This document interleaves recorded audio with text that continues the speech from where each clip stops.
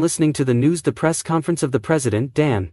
As an analyst who covers many of these names, I'm also curious as to when you begin modeling in real life. You know, we watched the stock react in the late afternoon.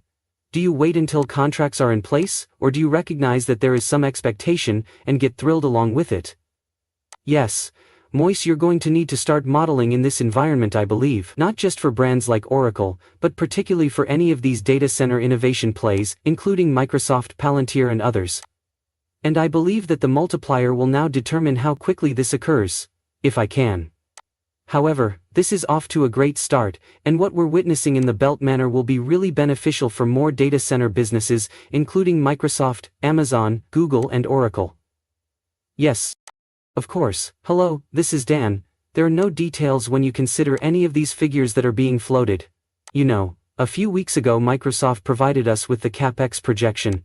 They sort of suggested that we spend about $80 billion over the course of the next year, with 40% of that amount going overseas.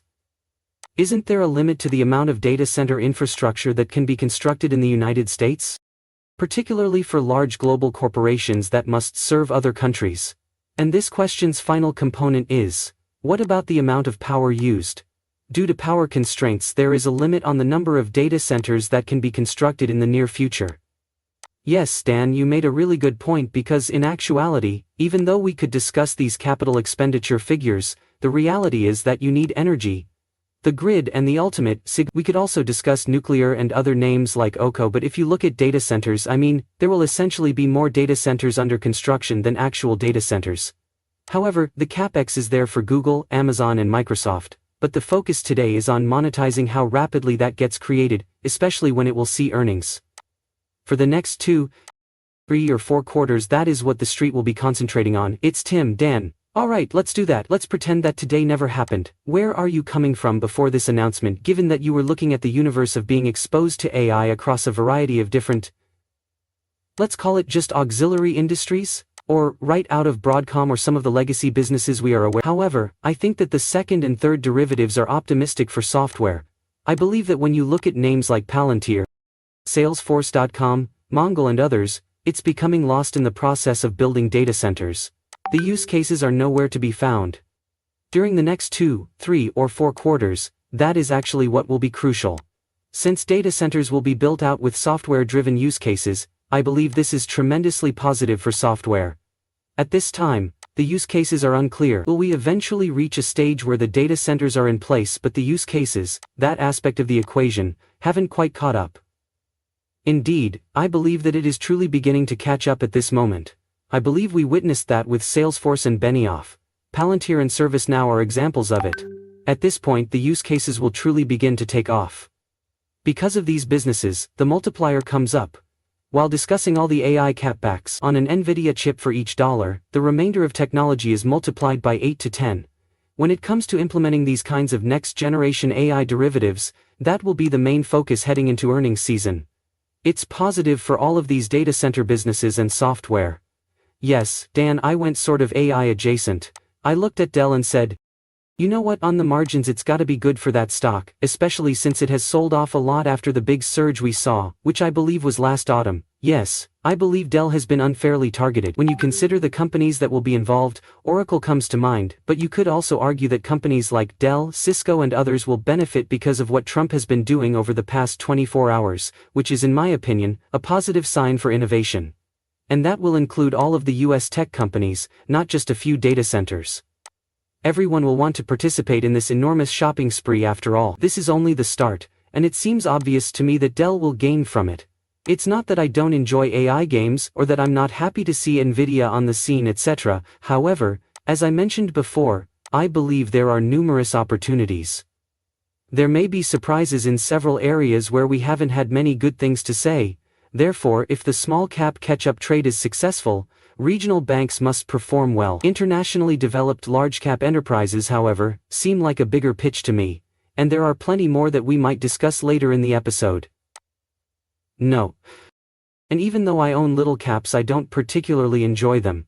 I believe they operate strategically, and this year in particular they may be able to do so, but for the most part they haven't benefited as much as larger cap companies, and that's mostly because they haven't been a part of the biggest and most significant growth story of our time, It's an I. It is possible that this year we'll see the advantages of all this investment reach the bottom line for technology users.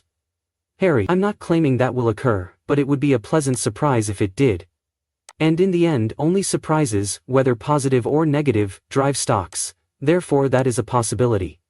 There is another possibility that I believe could occur this year. Ives stocks. Therefore that is a possibility. There is another possibility that I believe could occur this year. And this year, 2017, is a prime example of what has happened. Global economies may begin to strengthen, which would provide international developed equities with a welcome boost. Many individuals are unaware of this. In fact, last year was the first successful year for emerging markets in a very long time. Additionally, Chinese stocks performed better than the S&P 500. If we find ourselves in a position where the dollar keeps declining, this is the first day, so please be patient with me.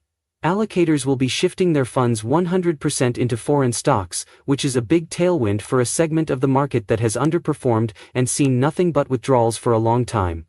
Therefore, it's not that I don't enjoy AI plays or that I'm not happy to see Nvidia rising, etc. However, as I mentioned before, I believe there are numerous opportunities. There may be surprises in several areas where we haven't had many good things to say. Therefore, if the small cap catch-up trade is successful, regional banks must perform well. Internationally developed large cap enterprises, however, seem like a bigger pitch to me. Later in the show, we might discuss the several others that are available. You have the greatest exposure to the regional bank complex. Joe Huntington M&T areas rank 6th and 3rd. Indeed. In summary, momentum is one of the best performing strategies, if not the best as of right now. It has increased by 6%. Early in 2024. Momentum swiftly recognized that the financial sector was one of opportunity, and regional banks played a significant role in that discussion, avoiding the apocalyptic scenario that was presented in 2023. Steph makes a point. New York Mellon Bank, the company's growth in revenue, the company's revenue growth, which was revealed last week. For a business that typically doesn't have double-digit revenue growth, you're talking about that. Like Scott, you claim that Citizens Financial's revenue had increased by double digits. Thus, there is growth. Many of these regional banks are experiencing expansion, Brian, and the financial industry conglomerate presents a huge opportunity. For the past 3 quarters, we have held the financial sector at almost 30% in the JT ETF. Let's be clear. It's the culmination of asset managers, private equity money center banks, and regional banks ultimately realizing a revaluation. It's an obvious indication that these tech CEOs are taking part. First place, however, consider their outstanding performance. They can, but they won't be able to maintain that pace. First place. The second point is the higher yields you are discussing. Alright, that's typical. Scott, I believe that this is the route to normalization that many are missing. No, but